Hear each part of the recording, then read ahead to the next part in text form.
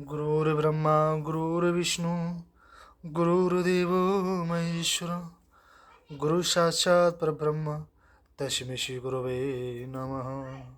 भागवत भगवान को प्रणाम, श्री राधा रानी को प्रणाम, श्री बिहारी जी महाराज को प्रणाम, वृंदावन बिहारी लाल की जय। मेरे बाकी बिहारी कृष्ण राधे यूं ही कृपा बनाए रखें। श्रीमद् भागवत का सप्तम स्कंद का 12वां अध्याय अब हम पढ़ेंगे। भागवत भगवान की कृपा से यूं ही भगवान की अमृतमयी कथाओं को पढ़ते रहें और सुनते रहें। 12वां अध्याय आश्रम धर्म व्यवस्था का वर्णन। नारद जी बोले, हे धर्मराज, मनुष्य जब ब्रह्मचर्य आश्रम में रहे तब गुरुदेव की सेवा करे, उन्हें प्रातः साय प्रणाम करे, उनकी आज्ञा का पालन करके गुरुकुल आश्रम में विद्या अध्ययन करे।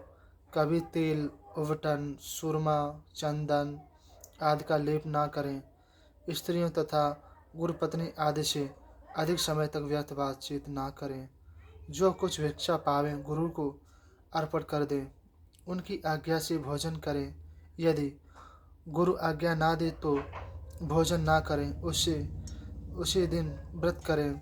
जब ब्रह्मचर्य आश्रम को समाप्त करके विद्या अध्ययन पूर्ण कर लें तब गुरु को गुरुदक्षिणा देकर अपने नगर में जाएं, अथवा गुरु के ही निकट रहकर गृहस्थ आश्रम को भोगें। वहाँ पर उत्तम वृत्ति से गृहस्थ का पालन करते हुए देव यज्ञ, पति यज्ञ आदि नृत्य करें और अतिथि का सत्कार करें। तत्पश्चात वानप्रस्थ आश्रम ग्रहण करें। यह आश्रम यथाशक्ति 12 वर्ष, 8 वर्ष, 4 वर्ष, 2 वर्ष तथा 1 वर्ष का होता है। इस आश्रम में आकर केश न कटाएं, साबुन तेल आदि से स्नान ना करें, मृगचर्म आदि धारण करें। वन में तथा गुफाओं में पर्णकुटी बनाकर रहें। अग्नि को ना बुझने दें। नित्य नियमित धर्म करें। जब वानप्रस्थी वृद्धावस्था के कारण नियमों का पालन ना कर सकें तब अनुशन व्रत करें। अपनी आत्मा शुद्धि के लिए मैं मेरेपन का अभिमान त्याग कर भगवत चिंतन करें। अपने मन को भगवान में लीन कर दें। 13वां अध्याय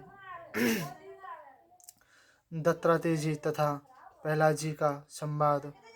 नारद जी बोले, हे धर्मराज, वानप्रस्थ आश्रम के पश्चात ब्रह्मचिंतन के लिए संन्यास आश्रम ले लें। संन्यास आश्रम में सब संग्रहों का त्याग कर दें। केवल एक कौपीन तथा आवश्यकता हो तो यूँ एक दंड धारण करें। किसी का आश्रम ना लेकर अकेला ही स्वयं विचरण करें और ब्रह्म को अपनी आत्मा में देखें। हे धर्मराज, एक समय दैत्य कुलभूषण भक्तवर प्रहलाद जी प्रजा की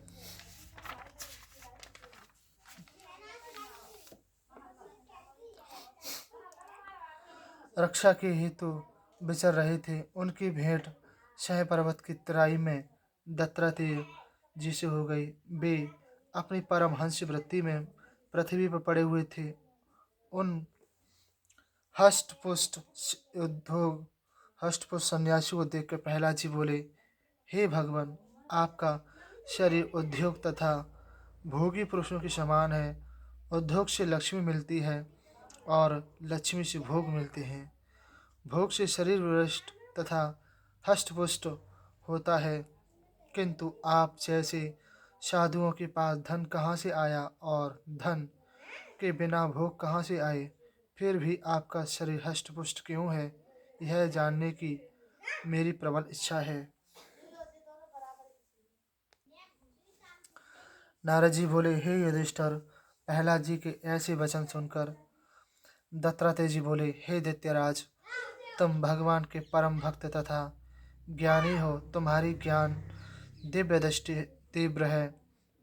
सभी ज्ञानी जन तुम्हारा सम्मान करते हैं, अतः मैं जो कहता हूँ वह सुनो। प्रहलाद जी, संसार में तृष्णा ऐसी है कि यह कभी तृप्त नहीं होती। अनेक भोग भोगने की लालसा लगी रहती है, जिसके कारण मनुष्य को यह संसार चक्र भोगना पड़ता है। न जाने इस पिशाचिनी तृष्णा ने मुझे कितनी बार इस जन्म मरण चक्कर में भटकाया है। अनंत कल्पों के बाद अब मुझे मनुष्य योनि प्राप्त हुई है। इस मनुष्य योनि में यदि पुण्य कर्म करो तो स्वर्ग मिलेगा, पाप करोगे तो नरक तथा पशु पक्षी आदि की योनि मिलेगी। यदि हम दोनों के कर्म ना करें तो मोक्ष मिल जाता है, और यदि दोनों प्रकार से कर्म करते हैं तो मनुष्य योनि मिलती है। किंतु हे असुर शिरोमणि, मैं देखता हूँ कि मनुष्य कर्म करता है सुख के लिए, किंतु उनके बदले उसे दुख ही मिलता है। इसलिए मैंने सभी कर्म त्याग दिए हैं। आपका स्वरूप सुख है। निश्चिष्ट रहना ही आत्मा के प्रकाश का कारण है। इसलिए मैंने अब सर्वस्व त्याग कर निश्चिष्ट भाव से रहना ही स्वीकार किया है। ना मैं कर्म करूँगा, ना मुझे योनि में भटकना पड़ेगा। जो कुछ मिल जाता है खा लेता हूँ, नहीं मिलता है नहीं खाता हूँ। संपूर्ण विषयों से आसक्ति हटा दी है। यदि कभी उत्तम भोजन मिल गया तो वह खा लिया, कभी बुरा मिल गया तो वह खा लिया, एक बार मिल गया तो खा लिया, यदि 2 बार मिल गया तो खा लिया, और ना मिला तो कोई चिंता की नहीं। सोने की पृथ्वी मिल गई तो उत्तम है, यदि घास पत्ते मिल गए तो उत्तम है, और कहीं गद्दे गलीचे मिल गए तो उत्तम है। आसक्ति किसी में भी नहीं है। मैंने अजगर तथा मधुमक्खी से पर्याप्त उपदेश ग्रहण किया है। जिस प्रकार मधुमक्खी शहद एकत्रित करती है और चोर उसे तत्काल तोड़कर ले जाता है, अतः भोगों को एकत्रित करना मधुमक्खी की भांति लुटाना है। सदा अजगर की तरह देव पर रहना चाहिए। प्रारब्धवश भोग तथा अभोग दिए गए हैं, उन्हें भोगें। विषय भोगों से विरक्त रहना ही उत्तम है। सबसे विरक्त रहकर परमात्मा में चिंत को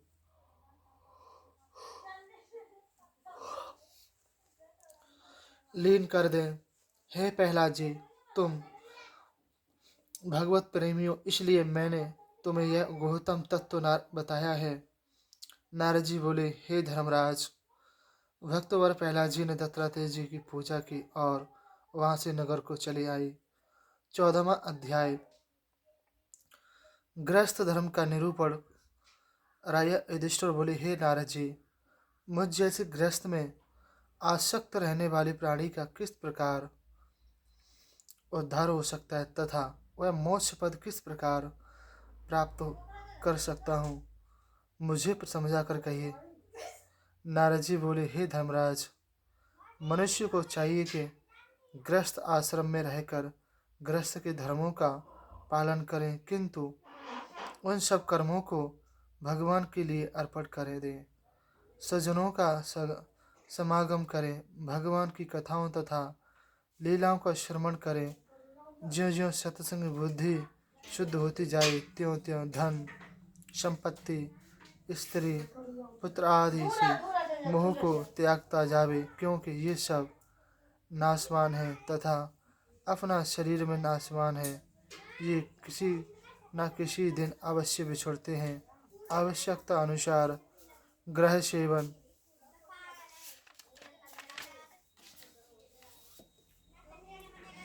करते हुए गृहस्थ धर्म का पालन करें। माता पिता बंधु बांधव पुत्र आदि से मोह को धीरे धीरे कम करता जावे।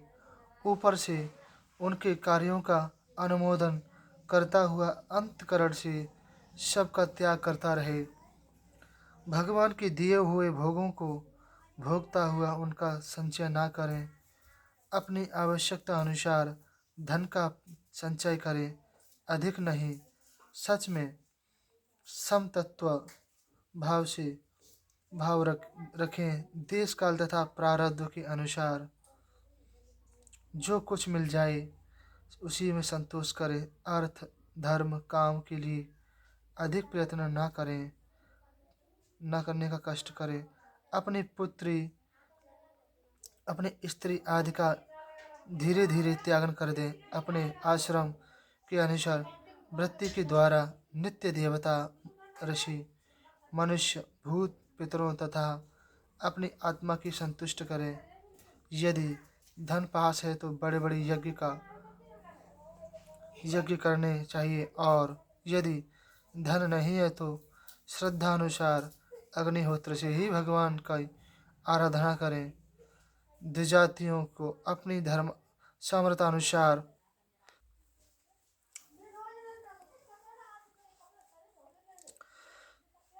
यदि धनवान है तो भाई बंधुओं का श्राद्ध भी करना चाहिए। यदि तथा दान आदि कर देना चाहिए। पर्व काल नीचे वर्णन किए जाते हैं।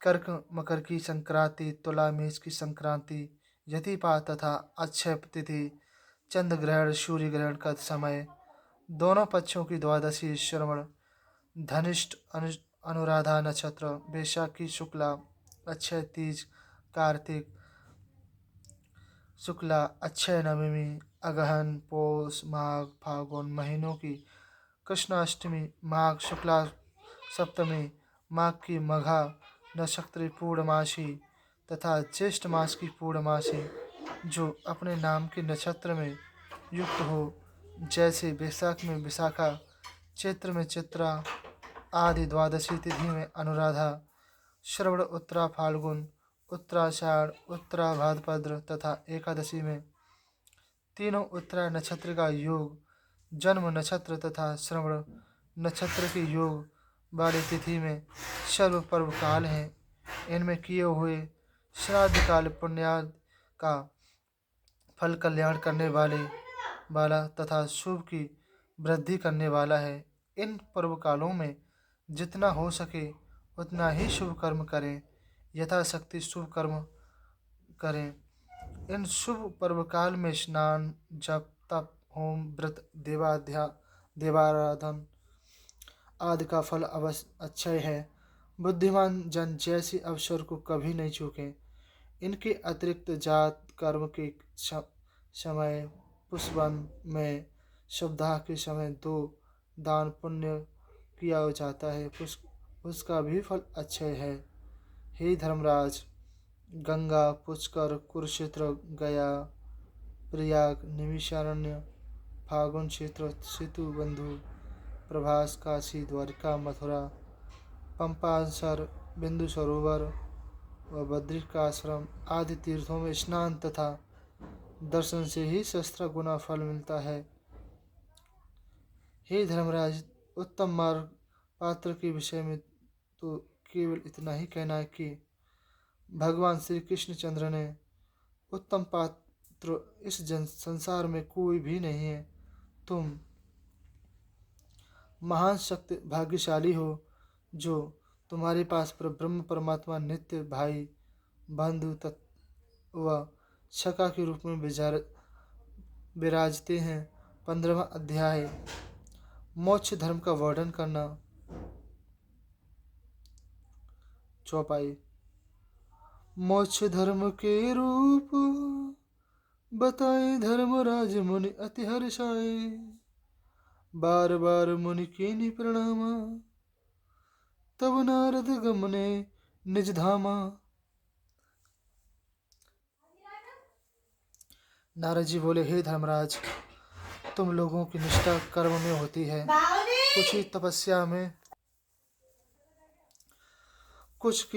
में निष्ठा होती है, कुछ की स्वाध्याय में, कुछ अपना जीवन उपदेश देने में ही व्यतीत कर देते हैं। कोई भक्ति योग का आश्रय लेते हैं तो कोई कर्म योग का, कोई अष्टांग योग का ही साधन करते हैं। गृहस्थ को चाहिए इन पर्व काल में अच्छे फल की प्राप्ति के लिए सतपात्र को हव्य कव्य का दान दें।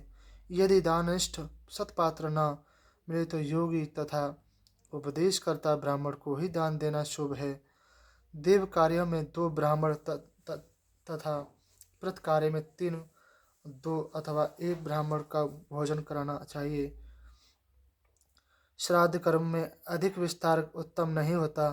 धर्मज्ञ पुरुषों को श्राद्ध में मांस आदि का भोजन अर्पण ना करें, न स्वयं ही खाएं। पितृगण पशु हिंसा से प्रसन्न नहीं होते हैं। मनुष्य को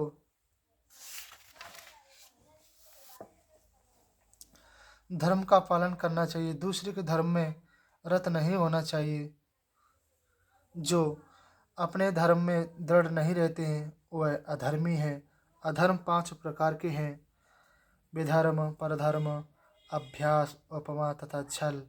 कोई कार्य विधिवत धर्म, कोई कार्य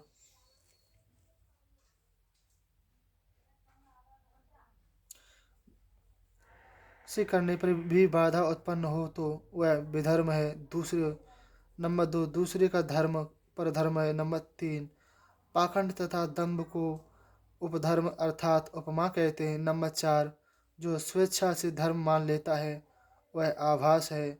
नंबर 5 शास्त्र के वचनों का अर्थ दूसरे प्रकार करना छल कहलाता है। अतः बुद्धिमान पुरुष इन अधर्मों से बचें। हे धर्मराज, संकल्प के त्याग से काम को जीतें। कामनाओं को त्याग कर क्रोध पर विजय प्राप्त करें। अर्थ से लोगों को त्याग तत्व विचार से भय का त्यागन करें। आध्यात्म ज्ञान से शोक तथा मोह को जीतें। संत सत्संग से दंभ को जीतें। इस प्रकार सभी दोषों पर विजय प्राप्त करके मन को जीत लेवें। काम, क्रोध, लोभ, मोह, मद, मत्सर इन 6 शत्रुओं पर भली प्रकार विजय प्राप्त कर लें। मन पर विजय प्राप्त करने के लिए संन्यास धर्म को स्वीकार करें। जो पुरुष संन्यास आश्रम को लेकर फिर गृहस्थाश्रम का सेवन करता है वह श्वान के समान अपने उगले हुए को खाता है। कर्म त्यागी गृहस्थ, व्रत त्यागी ब्रह्मचारी, ग्रामवासी वानप्रस्थी तथा इंद्रिय लोलुपी सन्यासी ये चारों आश्रम के कलंक रूप हैं। हे धर्मराज, यह शरीर रथ है, इंद्रियां घोड़े हैं, मन लगाम है, बुद्धि सारथी है, चित्त भगवान को बांधने की रज्जू है, 10 प्रमाण धुरी है। धर्म अधर्म को 2 पहिए हैं। अभिमानी जीव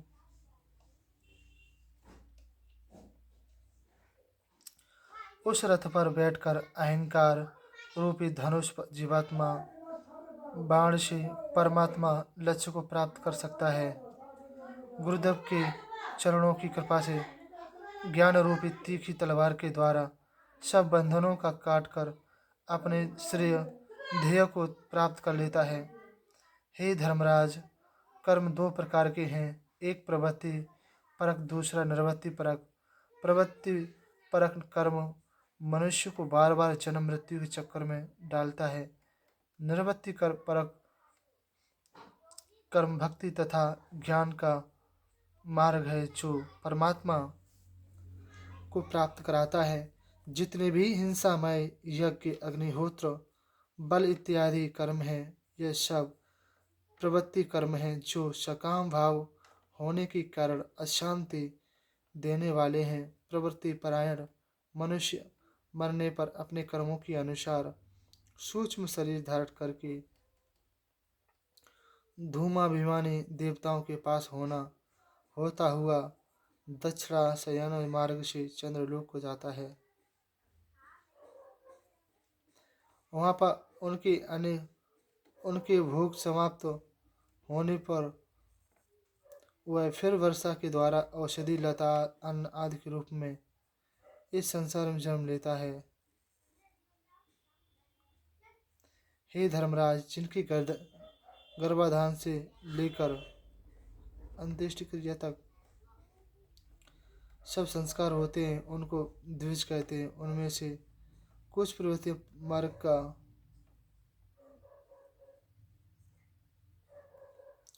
अनुष्ठान करते, कुछ प्रवृत्ति मार्ग का अनुष्ठान करते हैं। जो निवृत्ति परायण सर्वश्रेष्ठ पुरुष हैं, वे यज्ञादि क्रियाओं को इंद्रियों से हवन करते हैं, अर्थात यज्ञादि कर्मों को इंद्रियों को मन में तथा मन को परावाणी और परावाणी को वर्णों में और वर्णों में से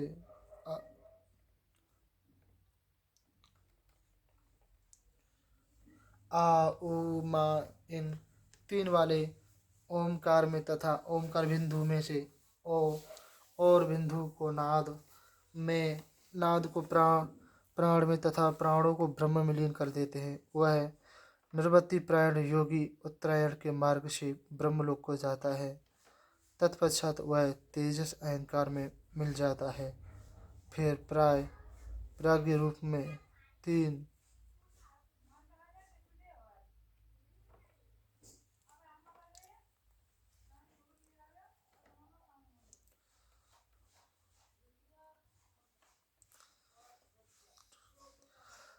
तत्पश्चात सर्वसाक्षी तुरीय रूप में मिलकर मोक्ष पद प्राप्त कर लेता है। वह आवागमन के चक्र में फिर नहीं आता है। हे धर्मराज, विद्वत जन तीन प्रकार के अद्वैतवाद को मानते हैं। एक अभावाद्वैत, दूसरा क्रियाद्वैत, तीसरा द्रव्याद्वैत। भेदभाव को न मानकर सब में एकता देखना भावाद्वैत है। मन तथा वाणी और शरीर से होने वाले समस्त कर्मों को स्वयं परमात्मा के द्वारा होते हुए मानकर उन कर्मों को परमात्मा के अर्पण कर देना क्रियाद्वैत है। अपने और पराये का कोई भेद न मानना यह दिव्य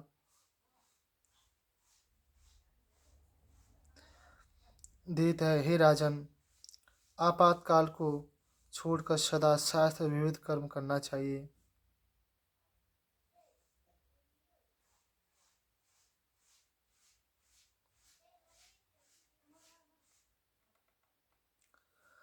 पूर्व काल के पहले महाकल्प में एक उपरहरण नाम का गंधर्व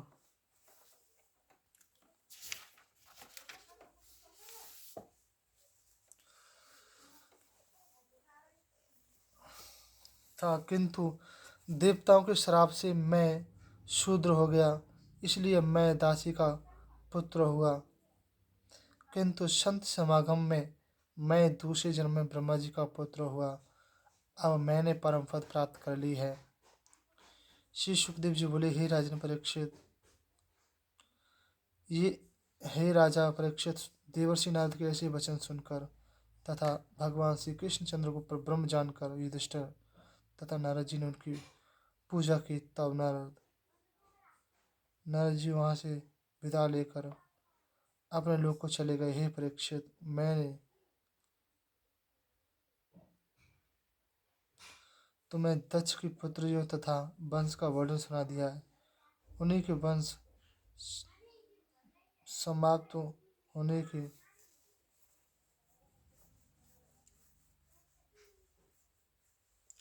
वंश का वर्णन सुना दी। उन्हीं के वंश से ये सारी सृष्टि उत्पन्न हुई है। 7वां स्कंदम समाप्तम। प्रणाम वासुदेव नंदन भगवान श्री कृष्ण राधे। प्रणाम वासुदेव भगवान को भी प्रणाम। अष्टम स्कंधम श्री गणेशाय नमः। श्री सुखसागरम अष्टम स्कंधम।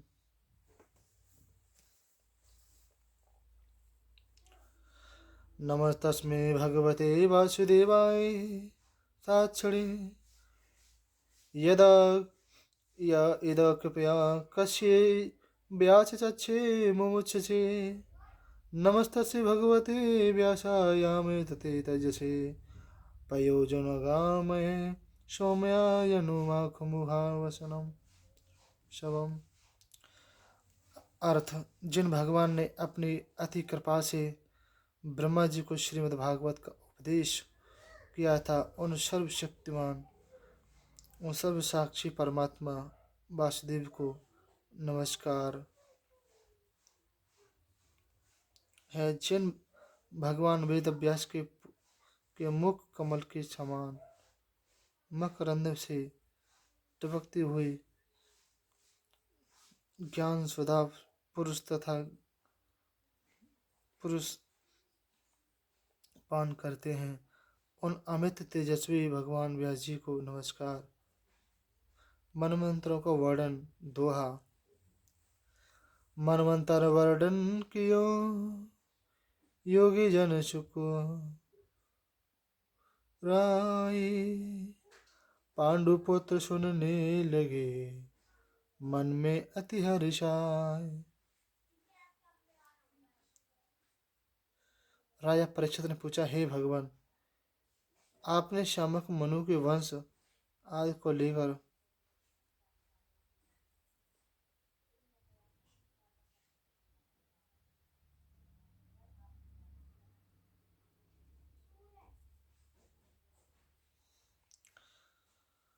आपने शामक मनु के वंश का वर्णन किया है।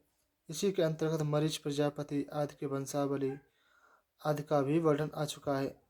अब कृपा करके दूसरे मनवंतर की कथा सुनाइए, जिनमें भगवान जिनमें भगवान ने अनेक लीलाएं करके भक्तों को आनंद दिया।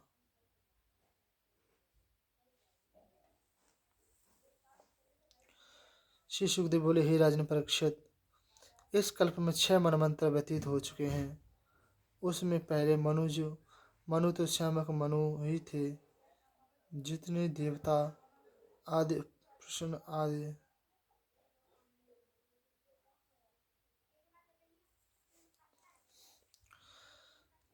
श्यामक मनु के पुत्र देवहूति के कपिल मुनि ही हुए।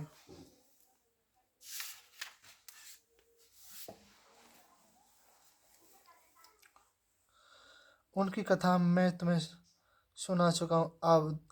आहुति के गर्भ से भगवान यज्ञ पुरुष ने अवतार लेकर जो लीला की है, उनको मैं तुम्हें सुनाता हूँ। हे राजा परीक्षित, समस्त भोगों से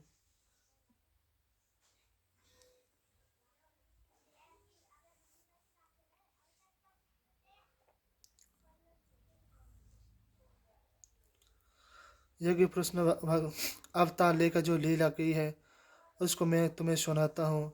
हे राजा परीक्षित, समस्त भोगों से विरक्त होकर शामक मनु शतरूपा के साथ तपस्या करने के लिए सुनंदा नदी के तट पर चले गए। वहाँ एक पैर से खड़े होकर 100 वर्ष तक तपस्या करते रहे। मनु जी भगवान की स्तुति नित्य प्रति इस प्रकार करते थे, जिन भगवान की चेतना से विश्व चेतन है, जो सदा प्रलय काल में भी जगते रहते हैं, जिनकी यह विश्व नहीं जानता है और वे इस विश्व को जानते हैं।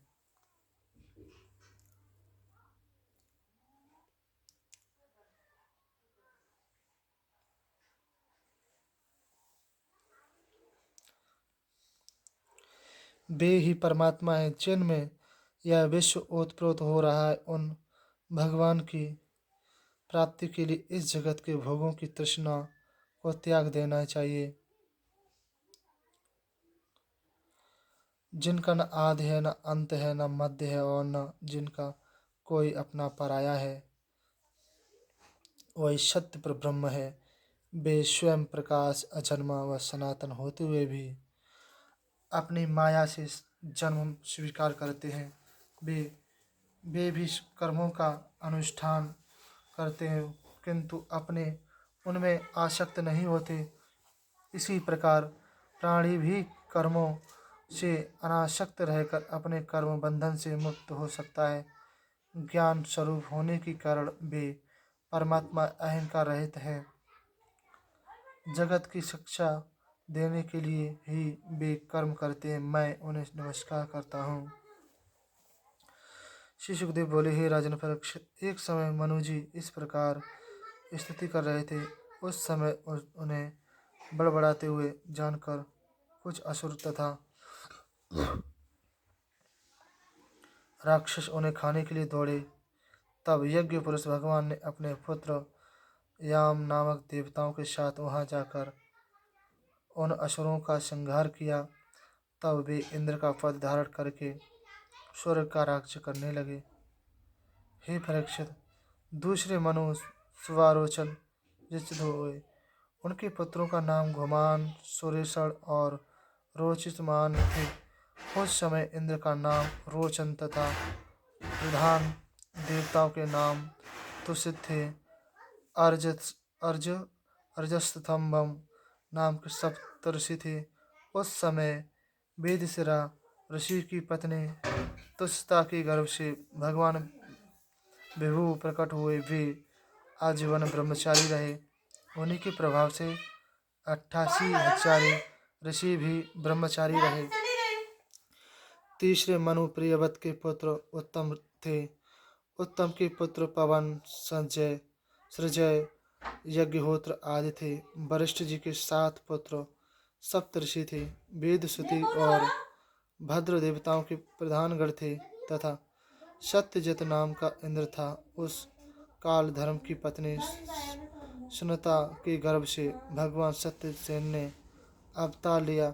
उस समय सत्यव्रत नाम के देवगण थे। भगवान ने सत्यजित इंद्र की सखा बनकर दुष्ट राष्ट्रों का संहार किया। चौथे मनु तामस थे। वे उत्तम के सगे भाई थे। उनके 10 पुत्र थे। सात्विक, हरि तथा वीर देवताओं के प्रधान गण थे। विशु, त्रिशिक इंद्र था। ज्योति, धर्म आदि सप्त ऋषि थे। उस तामस मनवंतर में हरिमेधा ऋषि की पत्नी हरिणा के गर्भ से भगवान हरि ने अवतार लिया, जिन्होंने गजेंद्र की रक्षा की थी। राजा परीक्षित बोले, हे भगवान, वह गजेंद्र कौन था और उनकी रक्षा भगवान ने किस प्रकार की थी, यह कथा मुझे सुनाइए। श्री सूत जी बोले, हे शौनक जी, राजा परीक्षित के ऐसे मधुर वचन सुनकर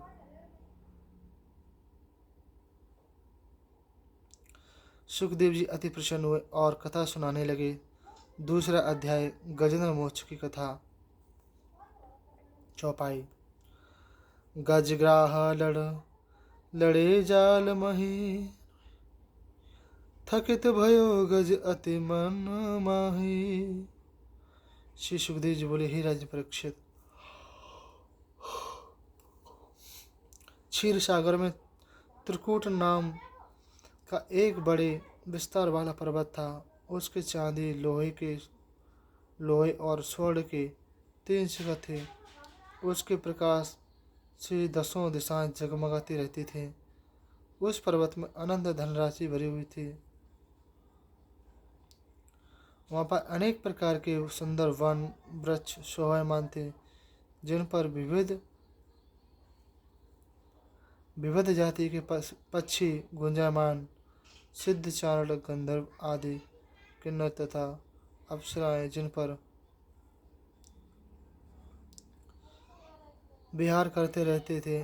उस पर्वत में बहुत सी नदियां और सरोवर थे, जिनमें से दिव्यांगनाएं स्नान करती थी। उस त्रिकूट पर्वत की तराई में वरुण देव का ऋतुमान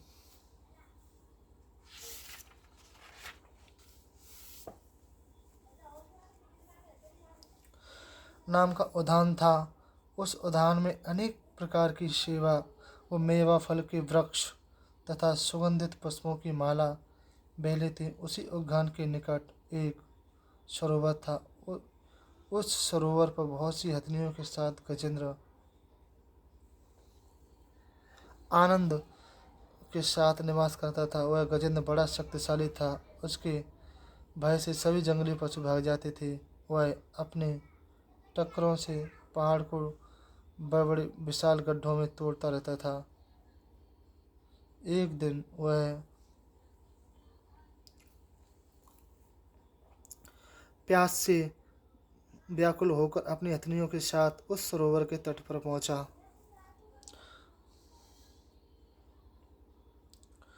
उस सरोवर का जल अति निर्मल, शीतल तथा मीठा था।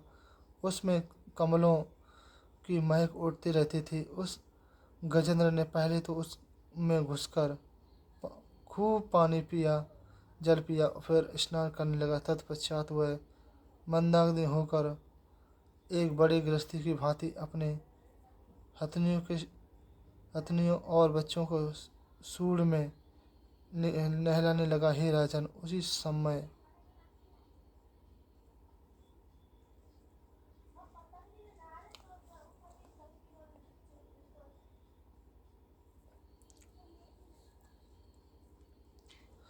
तत्पश्चात वह मंदान होकर एक बड़े गृहस्थी की भांति अपने हथनियों और बच्चों को सूंड में एक बड़ी गृहस्थी नहलाने लगा। हे राजन, उसी समय अकस्मात प्रारब्धवश क्रोध में पड़कर एक ग्राह ने उसका पांव पकड़ लिया। उस गजेंद्र ने अपने पूरे बल से पैर को छुड़ाने का प्रयत्न किया, लेकिन वह छुड़ा ना सका। जब उस गजेंद्र के हथनियों तथा बच्चों ने देखा एक बलवान ग्राह गजेंद्र को खींच लिए जा रहा है, तब वे घबरा कर चिल्लाने लगे और उसको बचाने का प्रयत्न करने लगे, किंतु वे भी असमर्थ रहे। गजेंद्र अपनी पूरी शक्ति से ग्राह से युद्ध कर रहे थे। कभी ग्राह जल में गजेंद्र को खींच ले जाता तो कभी गजेंद्र ग्राह को बाहर खींच लेता था। उन्हें लड़ते लड़ते पूरे 1000 वर्ष व्यतीत हो गए। अंत में लड़ते लड़ते गजेंद्र की शक्ति क्षीण हो गई और उसका शरीर शिथिल हो गया। किसी ग्रह की शक्ति जल में रहने के कारण और भी अधिक बढ़ गई। वह गजेंद्र को जल में खींचने लगा। जब गजेंद्र ने अपने बचने का कोई उपाय नहीं देखा, तब उसका ध्यान जगत के रक्षक भगवान की ओर गया। उसने उसी प्रभु का आश्रय लेकर उनकी स्तुति करना आरंभ कर दिया। तीसरा अध्याय, गजेंद्र द्वारा भगवान की स्तुति करना। चौपाई। स्तुति कीनी स्तुति गजने भारी, धाये प्रभु तज तज अवसारी। असबारी मारियो ग्राह तुरत भगवाना, लियो राखी गज के तब पाना। श्री सुखदेव बोले, हे राजन परीक्षित, गजेंद्र निश्चित बुद्धि से अपने मन को एकाग्र करके पूर्व जन्म के सीखे हुए स्रोत के द्वारा इस प्रकार स्तुति करने लगा। गजेंद्र ने कहा, हे जो परमात्मा जगत के मूल कारण हैं, जो घट घट के वासी हैं, जो संसार को चेतन शक्ति देते हैं, मैं उन्हें नमस्कार करता हूँ, जिनकी सत्ता से संसार प्रकट हुआ है तथा जो प्रकृति से उस परे स्वयं प्रकाश व विश्व के रचयिता हैं, जो समदर्शी हैं, जो सबके आधार हैं, किंतु उनका आधार कोई नहीं है। मैं उनको नमस्कार करता हूँ, जो प्रलय काल के घोर अंधकार से परे विराजमान रहते हैं, जिनकी लीलाओं का भेद कोई नहीं जानता है, जो सबकी रक्षा करते हैं, वे मेरी रक्षा करें। ज्ञानी पुरुष योग के द्वारा अपने अंतकरण को शुद्ध करके जिनकी आराधना करते हैं, मैं उनको नमस्कार करता हूँ। जो परमात्मा ज्ञान स्वरूप सर्वसाक्षी हैं, जो पुरुष और प्रकृति के रूप में व्याप्त रहते हैं, उनको मैं नमस्कार करता हूँ। जो शरण में आए हुओं की रक्षा करते हैं, अपने भक्तों का कल्याण करते हैं, उन परमात्मा को मैं नमस्कार करता हूँ। जो अर्थ धर्म काम मोक्ष को देने वाले हैं, जो अपने भक्तों की सदा रक्षा करते हैं, जो अविनाशी सर्वशक्तिमान तथा अव्यक्त हैं, उन आदि पुरुष पर ब्रह्म की मैं स्तुति करता हूँ, जिनकी माया में ब्रह्मा आदि देवता मोहित रहते हैं। जो भगवान न देवता है और न असुर, न मनुष्य, न पशु पक्षी है, न पुरुष न स्त्री, वे गूढ़ कारण रहते हैं, वे मेरे उद्धार के लिए प्रकट हों। मैं अपनी रक्षा के लिए उनका आह्वान नहीं करता हूँ, किंतु इस अंधा अज्ञान अंधकार के आवरण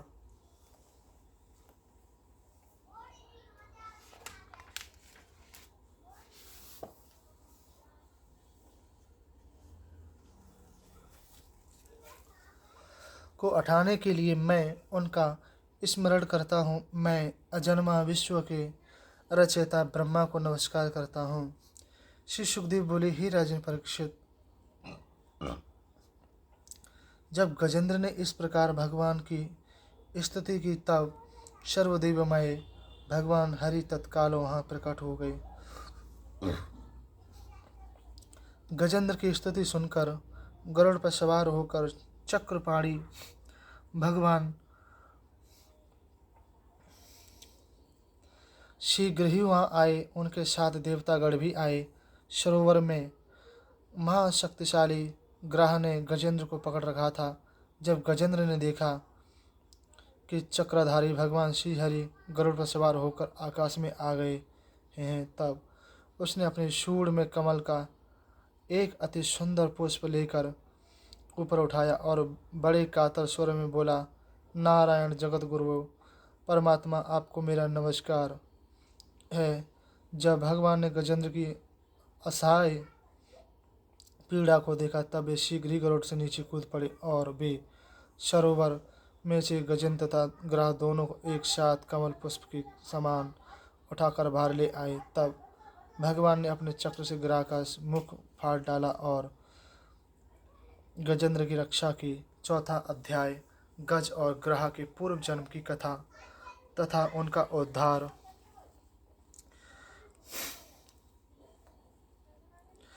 श्री सुखदेव जी बोले, हे राजन परीक्षित, उस समय ब्रह्मा, शंकर, ऋषि, गंधर्व आदि सभी भगवान की स्तुति करके पुष्पों की वृष्टि करने लगे। सब लोग भगवान की परिक्रमा करके अपने अपने लोकों को चले गए। गजेंद्र भगवान के स्पर्श से अज्ञान से मुक्त हो गया था। वह गजेंद्र पूर्व जन्म में द्रविड़ देश का राजा था। उसका नाम इंद्रधुम्न था। राजा इंद्रधुम्न राजपाट त्याग कर मलय पर्वत पर तपस्वी भेष में रहते थे। एक समय वे स्नान आदि से निवृत्त होकर भगवान की आराधना में मौन बैठे थे। उसी समय अगस्त मुनि अपने शिष्यों सहित वहां आए। राजा को निश्चल भाव से बैठा देखकर अपना अतिथि सत्कार न होने के कारण वे क्रोधित हुए और राजा को श्राप दे दिया कि अभिमानवश ब्राह्मणों का अपमान करने के लिए हाथी के समान बैठा है, अतः तू हाथी की योनि में प्राप्त करे। श्री सुखदेव जी बोले, हे राजन परीक्षित, अगस्त जी राजर्षि इंद्रधम्न को श्राप देकर चले गए। राजा ने प्रारब्ध भोग समझकर संतोष किया और हाथी को योनि में जन्म लिया, किंतु पूर्व जन्म के संस्कार से वे हाथी की योनि में भगवान की स्मृति बनी रही। हे राजन, मैंने तुम्हें गजेंद्र उद्धार की कथा सुना दी। जो प्रातः काल उठते ही पवित्र मन से इस गजेंद्र स्तुति का पाठ करता है, उसे भगवान की प्राप्ति होती है। उसके संपूर्ण दुख दूर हो जाते हैं। शिष्य भगवान ने स्वयं कहा है कि जो पुरुष रात के पिछले पहर में उठकर एकाग्र चित्त से मेरा तथा गजेंद्र सरोवर, पर्वत, कंदरा, ब्रह्मा जी, शिव जी तथा मेरे निवास स्थान का, मेरे संपूर्ण आयुधों का तथा गरुड़, लक्ष्मी, देवर्षि नारद, शंकर जी, भक्तवर प्रहलाद, मत्स्य, कच्छ, बरा आदि का स्मरण करता है, वह सब पापों से छूट जाता है।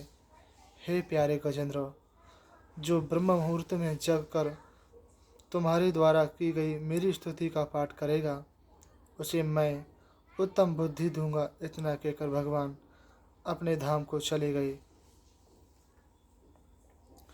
5वां अध्याय ब्रह्मा जी तथा देवताओं का भगवान की स्तुति करना। चौपाई। गए देव ब्रह्मा के पासा, ब्रह्मा गए निज प्रभु के निवासा। देवनुस्तुति की निभारे, प्रकट भये तब श्री असुरारी। श्री सुखदेव जी बोले, हे राजन परीक्षित, पांचवें मनु रेवत हुए ये तामस मनु के सगे भाई थे। उनके पुत्रों के नाम अर्जुन, बलि, विंध्य आदि थे। विभु नाम का इंद्र था। भूतरप नाम के प्रधान देवगण थे। हिरण्यारोपा, वेदशिरा, ऊर्ध्व ऊर्ध्व ऊर्ध्व बाहु तथा सप्तऋषि थे। शुभ्र ऋषि की भार्या विकुम्बड़ के गर्भ से भगवान वैकुंठनाथ का अवतार हुआ, जिन्होंने लक्ष्मी जी के कहने पर वैकुंठ धाम का निर्माण किया। छठवें मनु चाचु थे। उनके पुत्र पुरुष सुधुम्न आदि थे। मलदुम्न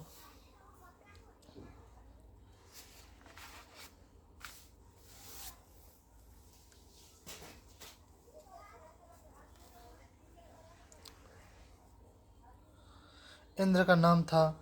आपा आदि प्रधान देवता थे। हव्यसमाल तथा बारक आदि सप्तऋषि थे। बैराज की भार्या समूति के गर्भ से अजित भगवान का अवतार हुआ, जिन्होंने समुद्र मंथन देवता तथा दैत्यों की सहायता की थी तथा कच्छप अवतार भी ग्रहण किया था। राजा परीक्षित ने पूछा, हे भगवान ने कच्छप अवतार क्यों धारण किया था तथा समुद्र मंथन किस उद्देश्य से किया था? उनकी कथा मुझे समझा कर कहिए। श्री सूत जी बोले, हे शौनकादिक ऋषियों, राजा परीक्षित के ऐसे वचन सुनकर श्री सुखदेव जी अति प्रसन्न हुए और बोले। श्री सुखदेव बोले, हे राजन, राजा बलि के राज्य में दैत्य, असुर तथा दानव अति प्रबल हो उठे। उन्हें शुक्राचार्य की शक्ति प्राप्त थी। इसी बीच में दुर्वासा के श्राप से तीनों लोकों से देवराज इंद्र शक्तिहीन हो गया था। दैत्यों की बढ़ती हुई प्रबल शक्ति को देखकर देवताओं को विशेष चिंता हुई। वे सब ब्रह्मा जी के पास गए। उस समय दैत्य राजा बलि का राज्य तीनों लोकों पर था। देवता सदा उनके भय से भयभीत रहते थे। वे सब देवता ब्रह्मलोक में गए तथा ब्रह्मा जी को साथ लेकर वैकुंठ धाम में श्री वैकुंठनाथ के पास गए। वहाँ पर उन्हें कुछ भी दृष्टि नहीं आया। तब ब्रह्मा जी ने भगवान की स्तुति की। ब्रह्मा जी बोले, हे देव, आप निर्विकार होकर भी इस विकार युक्त सृष्टि की रचना करते हैं। आप ही आदि पुरुष परमात्मा हैं। आप अनुमान के द्वारा ही जाने जाते हैं। आपको हमारा नमस्कार है। आप सत्य युग, त्रेता युग तथा द्वापर में प्रकट रूप से विद्यमान रहते हैं। इस रथ रूपी शरीर के आप ही आधार रूप हैं। हे परमात्मा, ये सृष्टि आपने ही बनाई है। इसमें जरायुज, स्वदेश, अंडज तथा उद्भज, ये चार प्रकार की सृष्टि आप ही ने उत्पन्न की है। हे विश्वात्मने, यह चंद्रमा आपका मन है,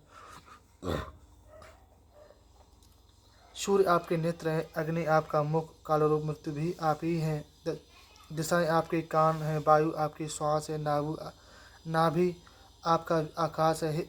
हे विराट स्वरूप परमात्मा, आप हम पर प्रसन्न होइए। मैं, शंकर, इंद्र, समस्त प्रजापति, लोकपाल आप ही से उत्पन्न हुए हैं। आपके मुख से ब्राह्मण, भुजाएं में क्षत्रिय, जंघाओं में वैश्य तथा चरणों से शूद्र उत्पन्न हुए हैं। हे परमात्मा, हम आपके दर्शनों के अभिलाषी हैं। आपकी मंद मंद मुस्कान मधुर चितमन के दर्शन करना चाहते हैं। आप सर्वशक्तिमान हैं। मनुष्य जो कर्म करता है उनमें से अधिकांश विफल ही रहते हैं। जो कर्म आपके द्वारा होते हैं वे सभी फलदायक तथा हितकारक होते हैं, क्योंकि वे निष्काम भाव से होते हैं। हम आपको बार बार नमस्कार करते हैं। प्रणाम। भागवत भगवान की शरण प्रणाम। अगला अध्याय कल फिर पढ़ेंगे। भगवान की इच्छा से कृपा बनाए रखें भगवान। प्रणाम प्रणाम प्रणाम। जय हो भागवत भगवान किसी चरणों में सेवक का प्रणाम। जय राधा कृष्ण। जय हो बिहारी जी महाराज। जय हो श्री राधा रानी।